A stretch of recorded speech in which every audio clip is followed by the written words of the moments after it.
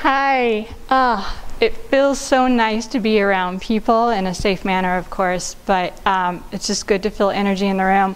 And I know Tiffany said when we originally were talking about doing this, it was going to be a luncheon with around 100 people, but I have to say the intimacy is really a nice, it's a nice warm feeling when we talk about something like dreams. So I'm very informal because this isn't a lecture. This is just sharing stories and hopefully inspiring you along the way. So I'm going to sit down and I hope you have a cup of coffee or water. Just drink with me. And I'm going to take off my mask so you can hear me, but I'll make sure that I stay appropriate space between you and I. Okay, so dream big. Pennington and Company. I'm going to give you the who, what, why, where, when, how. So a lot of times when I am out and about and they say, who are you and what do you do? I'll start with that. So if my CEO is here today, Patrick Alterdice, he would tell you that Pennington and Company is a fundraising and alumni engagement consulting firm, that we have raised $750 million for house corporations across the United States on 150 campuses. That's what he would tell you Pennington and Company is. What I would tell you what Pennington is we are National Cookie Contest winners on the National Food Network. We zip line through mountains. We paddleboard in Cabo. We finish world-class Ironman races that are, I have pictures throughout the table so you guys can kind of see. We are making a difference in our local charities that are close to our hearts. We're losing weight. We're stopping smoking. We are playing piano recitals with our daughters and playing guitar with rock stars. We are magicians. We are city councilmen. We are going to awe-inspiring places throughout the world. We are building family, community, and dream homes. And we are living the width as well as the length of our lives. Now, it hasn't always been that way. To begin, I want to take you back 10 years. And we were just coming out of the '08 recession. And for Pennington and Company, we were a lagging indicator as far as the economy was concerned. And we experienced our first revenue decrease in '09, and then again in '10. We were still profitable as a company, as far as the company was concerned, but Patrick knew that we needed to do something differently in the beginning of 2011. So what he decided to do is, in addition to making a full structural organizational change by adding 6 shareholders, he also knew that he wanted to invest in his employees, but he just didn't really know what that looked like. 401k, profit sharing, but it didn't really resonate quite yet what that was going to be. So fast forward a few months later, and we had an employee on their own wanting to achieve a dream of getting their MBA. And he was introduced to a book called The Dream Manager book by Matthew Kelly. It's the purple book right there. He read it, and he gave it to Patrick, and he said, I think this book and this philosophy would fit very well in our culture. And Patrick was just getting ready to walk out the door to hit a trip, and he threw it in his backpack. Fast forward a couple more months later, he's on another trip. He's sitting on a plane next to a lady that he knew in the industry. Her name was Jenny Pratt. Had some fancy title like Director of Leadership Initiatives, Strategic, whatever that means, right? And she said, hey, have you read the Dream Manager book? As they were chit-chatting.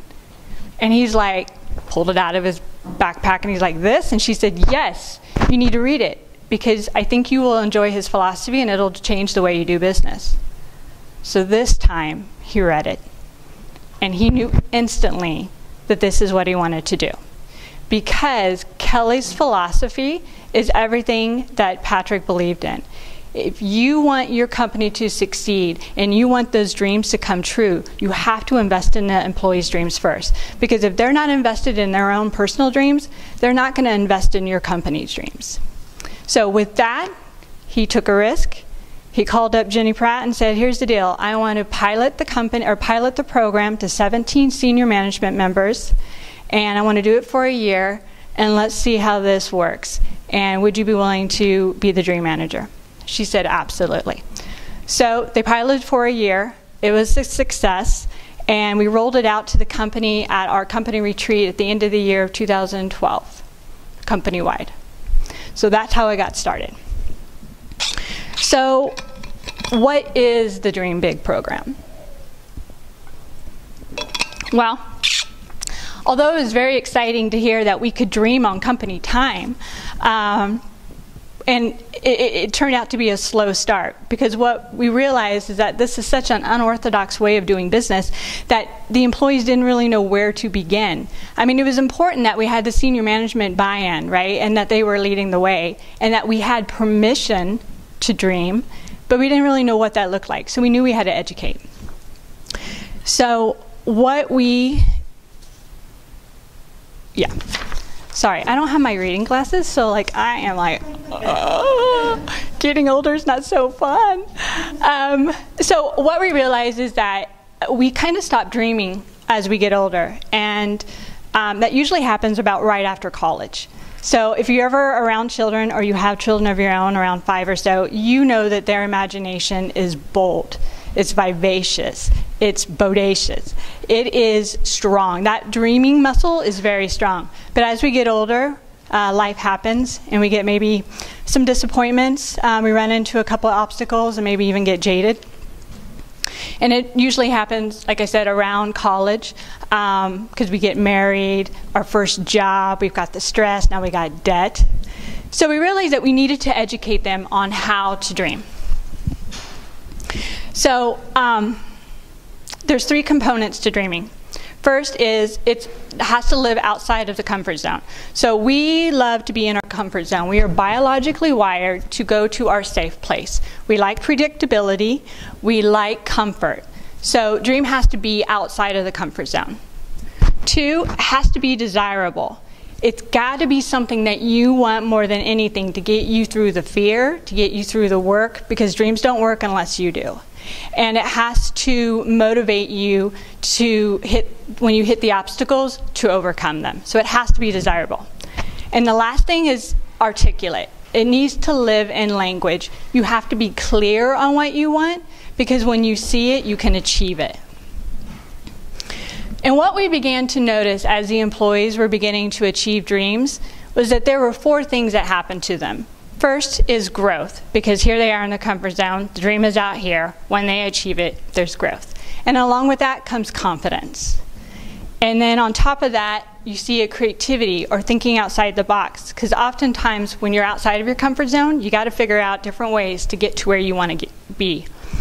And then we also saw that there was some grit, because you do face obstacles, and when you go through that, you're going to be pushed back a time or 2. And you get a little bit of life adversity on you. You get a little bit of grit. And I'll explain why later, that these 4 components are incredibly important in your business.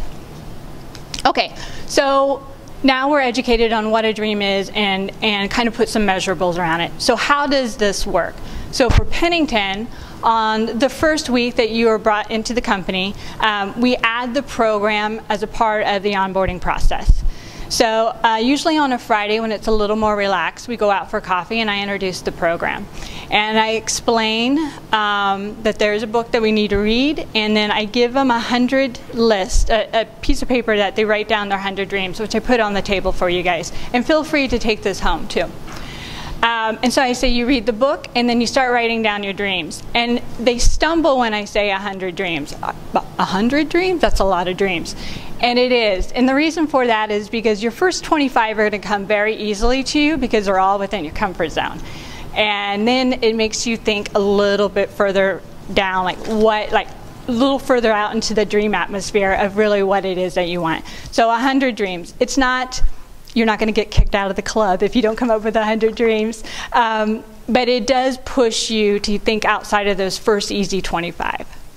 So after you come up with your 100 dreams, then we meet and we go over each dream. And then we come up with your top 5. And the top 5 then is where we put together a game plan. And we talk about what we're going to do, what are the goals, what are the baby steps that we need to take so that you achieve your dream.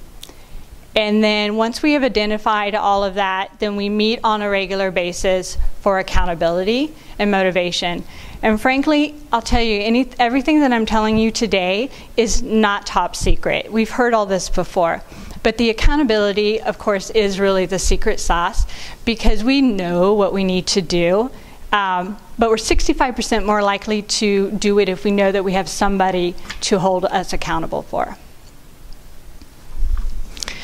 So once that happens, like I said, we meet on a regular basis. And to keep that momentum going, there's several things that we do here at Pennington. The first thing is we have dream time every Friday on a weekly basis for 30 minutes. And in that dream time, you are allowed to do anything that you want to do as long as it has to do with the dream. So we have quite a few people who like to read. So a book club was established. So every Friday at 8:30, they would get together and talk about a book. A lot of them are wanting to find hobbies to rekindle and to experience. So we've had a knitting club. We've had people who want to blog. They use that time to research their dream. Oftentimes we go out for coffee and with a like-minded group, and we talk about the dreams within adventure. We're a very adventurous company, so we love to travel. So a lot of times they will get together, go have a cup of coffee, and talk about South Africa or whatnot. There's several things that come out of that collaboration and just that connecting for the culture. That's really great. And then on top of that, we do monthly luncheons. So Matthew Kelly lays out 12 categories in the book, and they're anything from adventure, finance, legacy, spirituality, material. And what we do, since there's 12 of them, and obviously 12 months in a year, we choose a category once a month. And those who have dreams that within that category, we go downstairs, we bring our lunch, and we just talk about whatever dreams that are in that specific category. And that's just another nice community as well, sharing dreams. And then it's kind of, dreams are like, it's fun to hear what other people's dreams are. So you're like, maybe if you're struggling with coming up with more dreams and maybe only have 24 on your list, listening to other people share their dreams, it's kind of like, I didn't even think about that. And then they would write that down. So it's just some nice things that come out of that. We also do a newsletter, a quarterly newsletter that showcases people who have spotlighted or who have achieved dreams. Dreams are a journey, and there's ups and downs and small wins and some setbacks. And a lot of times it's nice to know what other people have done when they have come upon those setbacks and what pushed them forward. And so these stories kind of hit home a little bit because it's your cube mate that is maybe being interviewed, and you're like, oh, I remember that stretch of time when you were really struggling with that and how you overcame it. So it's just nice. And again, we have employees that are all over the United States, so it's just another nice way to keep us all connected. And then we celebrate. We make sure that we celebrate achieved dreams. One of the things that Patrick has taught us in his mountain climbing experience is that it takes a lot of work to climb a mountain, and it takes a long time. So when you do achieve that, take 20 minutes to look at the view and to be appreciative and to reflect, because it's a monumental moment. No matter how small the dream is, it's still an achievement. So we love to celebrate the dreams, and we do that several ways. We have a dream wall of all the achieved dreams. So anytime somebody comes to the office, we're like kids at Christmas where we show them the new toys, right? So we show them the wall. And then we also share them at our monthly all-staff meetings. We give them a couple of minutes to stand up and share their dream if they're comfortable. And that's just a nice, it's a nice breakup to hear our employees talk about their dreams in an all-company meeting. One of the things that I do want to share is that none of this is mandatory. This program is not mandatory. When you come to Pennington, we introduce it to you because it's such a strong part of our culture, but you are welcome to not participate. But I got to tell you, we have 53 employees today, and every one of them participates in one manner or another. So it's really special. Okay. So we knew that when we started this program that some of our key people would eventually leave. And we knew that we had to be okay with that. And once we kind of got the, oh no, this one's going to hurt, we then shifted quickly to how cool is this? That this person figured out what they really truly wanted to do and leave the company to go and make the world a better place, as a Pollyanna thought that I have, by doing what they want to do and being their authentic self. So we quickly became okay with some of our talent leaving. And that's exactly what happened in April of 2014. Our very first dream manager, Mary Beth Mermis, left Pennington to start her own dream with her daughter and open the Tea Loft. And I don't know if anybody here has been at the Tea Loft. Yes, it's a fabulous place. And that story is a great story too. That whole family had celiac disease and just not a healthy, they had a hard time eating at restaurants without feeling sick afterwards. So that's kind of what prompted them to come up with the Tea Loft. And I don't know if anyone in here knows Mary Beth Mermis, but if you've talked to her or been around her, her energy and positivity, I mean, it was a no-brainer that she was our first dream manager. She did a fantastic job getting people to dream again, because that's hard to teach them that it's okay to dream again. But her time has ended, and that left that position open, and I knew I wanted that position. So I just thought, this program is me. It grew me to who I am today. And when I started Pennington in 2011, I came on as an admin assistant. And my first dream list was a glorified to-do list. There was 24 dreams on that list. I just came out of a divorce. I had 2 small kids. I had an 18-month-old and a 3.5-year-old. I was in survival mode. So when this program came to me, I at first was like, I'll do what I can. Then I got to say, through the years, professionally, it helped me grow through the company. I am now a part of the senior management team, and I handle the operations on a day-to-day. Personally, we just finished building our dream home on 5 acres. So this program is me, and I wanted this, and there was no way that I wasn't going to get this job. So I pitched to 3 of the senior management team, including Patrick, and they took a risk, and they, sure, why not? So knowing that Mary Beth did such a great job of getting people to dream, I wanted to amp this program up. I wanted to make it fun, and I mean, it was fun, but I wanted to kick it up a notch, right? And so knowing that there's 2 things that stop a dream. 1 is fear, and 2 is money. Right? It takes money to go to trips. It takes money to have experiences.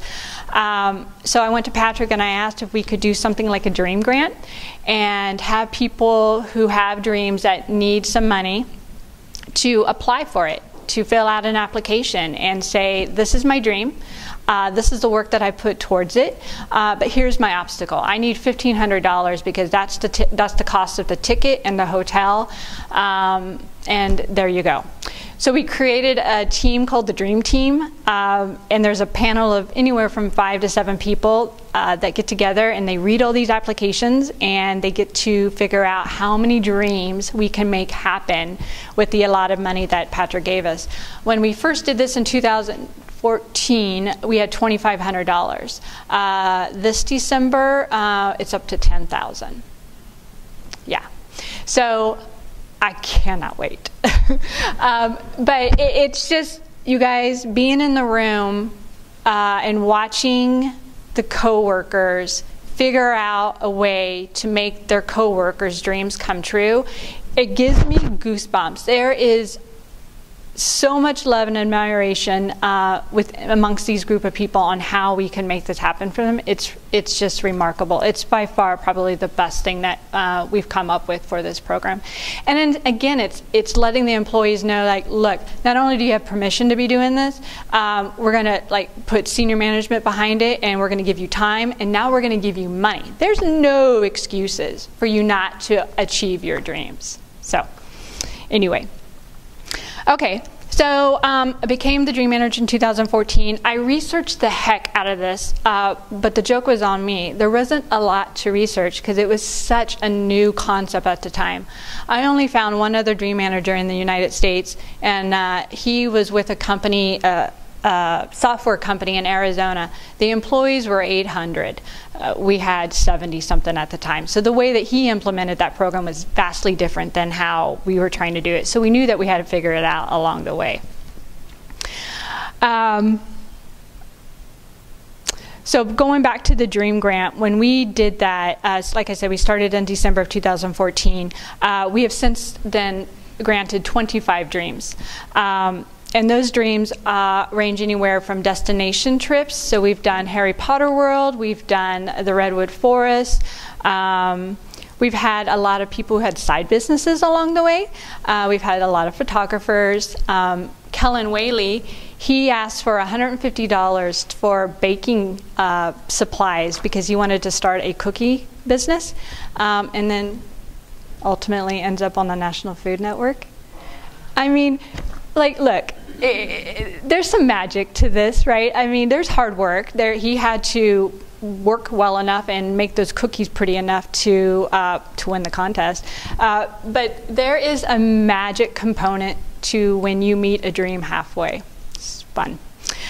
We've done tickets to Broadway shows. We've done home gyms. We've done down payments on cars and houses. We've done personal trainer. Bobby Granger, the table over here at the back, his dream was to complete the Norseman. I don't know, does anybody know what the Norseman is? Just real quick, it is it's a world Ironman triathlete kind of thing in Norway. You guys, it's crazy. First of all, it's a lottery pick, so there's thousands of people put their names in this pot. 250 is all that they choose. He was number 237. So just the fact that he got in there was luck, but then now he has to work for it, right? So we put money and made sure that he had a couple of personal trainer expenses taken care of. And it's remarkable. Like, they drop you off at 2:30 in the morning on this cargo ship in the middle of this, well, I shouldn't say in the middle, in the ocean, and it's pitch black, and he has to swim to shore. Then he starts to bike in, and they do the running, and he's going up this mountain. It's insane, you guys. It's insane. All for a black T-shirt. But I mean, in that community, in that whole community, that is like the ultimate. So when they see that somebody has a black Norseman, and that's all it says is Norseman, those who are in that community know, oh my gosh, you completed that, you got it. So it's just really nice to be a part of something that we see achieved at Pennington. Okay, so now I have to say today, there are far more dream managers than there was back in 2014. And the closest one that I found is in Kansas City. And what's really cool about dreams is that they work best in collaboration. So now I have somebody close that I can talk to, and we kind of pitch ideas back and forth and how we can better our employees than just what we're doing now. So that's really kind of nice. It's exciting. Okay, so why? Why do companies like Pennington and Company support the DREAM program? Well, one, people with hopes and dreams have a higher production rate. Okay, hope is believing that the future is going to be better than the present, along with you having the power to make that happen. Okay, I don't know if anybody knew of Shane Lopez. He did a great job. He wrote the book, Making Hope Happen, and he did a fabulous job putting a measurable on a feeling. So just having hope alone for children is a 12% increase in school. that's a B to an A. In the workforce, it's an extra day of productivity on the job. So that's like 6 days versus probably an average of 4, right? I mean, I don't know. Do we really put in 40 hours a week every week, right? So just to give you an idea of what hope is, it's that big of an increase. His book is good, but if you guys get on, he did a TED Talk, Lawrence, which was fabulous, and then like some of his YouTube videos, just Shane Lopez, L-O-P-E-Z. I would recommend you guys, if you're like a nerd like me and love that kind of stuff, his presentations are really, really good. So I recommend you guys checking those out. Okay, so 12% increase in school for kids and a day a week of productivity on the job. Also, it attracts talent. So there's 2 parts to dreaming. There's the imagination and the execution. And employees are the same way, but usually one or the other. So you've got people who are visionaries, but maybe they have trouble following through or following up. And then you have those who are the doers, but they have a hard time thinking outside the box. So dreaming marries the 2 together. And then we already know what happens, right, when somebody achieves a dream. They got the growth, they got the confidence, their creativity is stronger, and they persevere through the obstacles with the grit, right? So as you're hiring talent, who are you going to hire? Somebody who has somewhat of a rut-filled life day in, day out, or somebody who is a dreamer, right? So it's the dreamers, the doers, the thinkers, the believers. Those are the people who are going to grow your company. All right, low turnover. So I mentioned earlier that we come up with the top 5 dreams when they meet with me in the beginning. We post those top 5 dreams at every workstation at Pennington. It is such a simple task, but I got to tell you, there's some really great things that come out of this. An example is Amy Canning had on her top 5 dream list to attend a Chiefs game. Okay. Jason Butler was in her office a while back, and well, way while back. He went over to talk to her about a project, but he sees her list, and he says, a Chiefs game, huh? And she's like, yeah, I'm embarrassed to say I've lived in Kansas City my whole life, and I've never been to a Chiefs game. And he's like, oh, you really should go. The energy is incredible. And she's like, yeah, I know. The next day, there is an envelope on her keyboard. Opened it up, there's 2 tickets to the Chiefs game.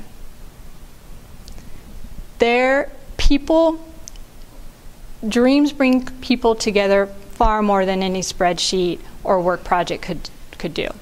Another example is Samira Dunn. She worked in our accounting department, and she was going to school to get her accounting degree, and she applied for the Dream Grant to go to the Redwood Forest. And she was one of 9 children growing up, so they didn't go anywhere on a vacation, let alone going on an airplane. So when she was a little girl, she saw a TV show where these trees were so big that cars would drive through them. She's like, I can't believe that. She remembered that, comes to Pennington, all these years later, as we introduced the Dream Grant, she's like, I'm going to apply.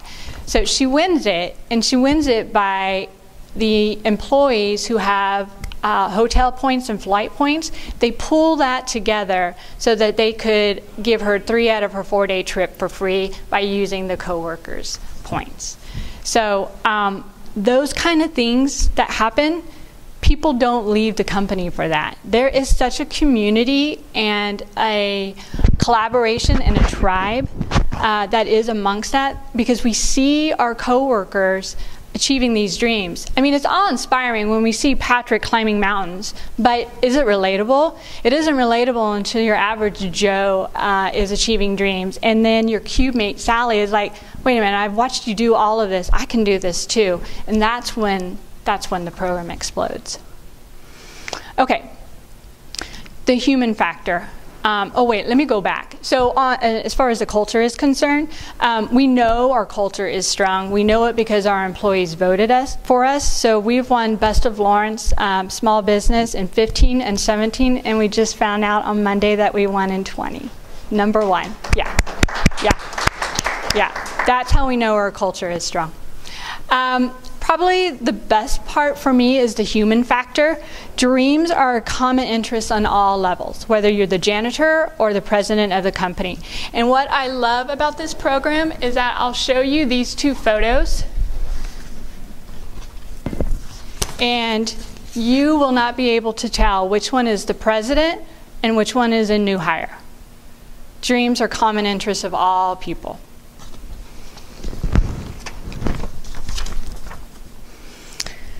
So the bottom line is, don't get me wrong, the work that we do is important. But at the end of the day, it's the people. Because people don't exist for organizations, organizations exist for people. All right, so really going back to the question, why do companies do it? The question really is, why aren't people supporting a program like this? Okay, so talent, high production rate, low turnover, healthy culture, all of that is important. And I started off this morning by saying that, you know, I'm taking you back 10 years where we've experienced back-to-back decreases. And in 2011, piloted the program. 2012, rolled it out to the entire company. So from 2012 to 2017, we went from 52 employees to 83. And within those 6 years that we experienced a revenue growth by 150%. So ultimately, the success caught the eye of a private equity firm in New York in 2017 and bought Pennington for 3.5 times its value. So this isn't something that Patrick was looking for, and he certainly didn't expect it, but it's just an example of how a dream will meet you halfway. And as Patrick would say, it's the best ROI he's ever made. Okay. Look, he's proud of the company's success, but if he was sitting with me here today, he would say that he is far more proud of the employees and the dreams that they have achieved. Since the inception of the program, we have identified over 5,300 dreams and have celebrated close to 1,000. I think by the end of the year, we're going to hit it. And I want to do something big. I just haven't figured it out. So one last story. In January of 2018, I updated my top 5 list, and I said that I want to expand the DREAM program. I didn't know what that meant. I didn't know what that looked like, but I kept coming back to it. And in October, we get a Facebook message from a gentleman in Holland who said that he was watching a Shane Lopez TED Talk and mentioned Pennington, and we never even knew that this TED Talk existed. So when Patrick brought that to me, I'm like, it's on Facebook? Oh, it's a hoax. Just don't do anything with it. But he went and found the TED Talk, and sure enough, it did exist, and it did give a shout out to Pennington on how we run the DREAM program. And so I thought, all right, I'll reach out to him. And I'm so grateful I did. He is such an incredible gentleman. He truly is a guy from Holland who found us, and he had a remarkable story himself. He was working at a great job at the hospital in administration. It's something he went to school for, thought that's what he wanted to do for the rest of his life. He fell ill, became septic, almost lost his life. And that was the wake-up call for him, as I think it would be for most. And he realized that, no, there's more that I want to do. There's a purpose. There is something that I want. And that's when he started to pursue the idea of a happiness manager. And so we had spent months and months and months at a 7-hour time difference talking about the impact that the DREAM program has had on us, and then ultimately what it will have with him. And so here he is presenting to, he wanted to stick with the hospitals because he still had an appreciation and love for all the people who work in the healthcare industry. And so here he is presenting to them. And then I just had to put him in a KU sweatshirt. So to say congratulations on your first presentation, we sent him a KU sweatshirt. So I'm happy to say that he's continuing to do that today. And it's just been incredible watching him go through that journey. So I thought, that's how I'm expanding the program. I just pushed it to another country. But then we get the opportunity to, like I said, we got acquired in 2017 by a company in New York. We are now under the umbrella of 12 other companies, and I have the opportunity to introduce the program to all of those companies, and we did the first one in February, right before COVID, and it was exciting. So we're on hold right now, but that's to come. And then I'm a dream manager for Ken Height at Kindred CPA here in Lawrence, and out of their words, if accountants can do the dreaming, anybody can do the dreaming. It is way out of their comfort zone, but they're not letting an extended tax season or COVID stop them. It's just been remarkable to see somebody that isn't, Pennington is type A personality, so we really kind of anticipated this to explode, but to see this happening in another company in a whole completely different energy has been exciting. So, you guys, we started this journey 27 years ago. Our roots are on the KU campus with SAE, ATO, Sigma Chi. We are definitely proud of our Lawrence roots, and here I am 27 years later talking to all of you remarkable people here in Lawrence, and I'm dropping the book in your backpack, hoping to think that this is something that you would love to introduce to your employees. So, dream big, guys.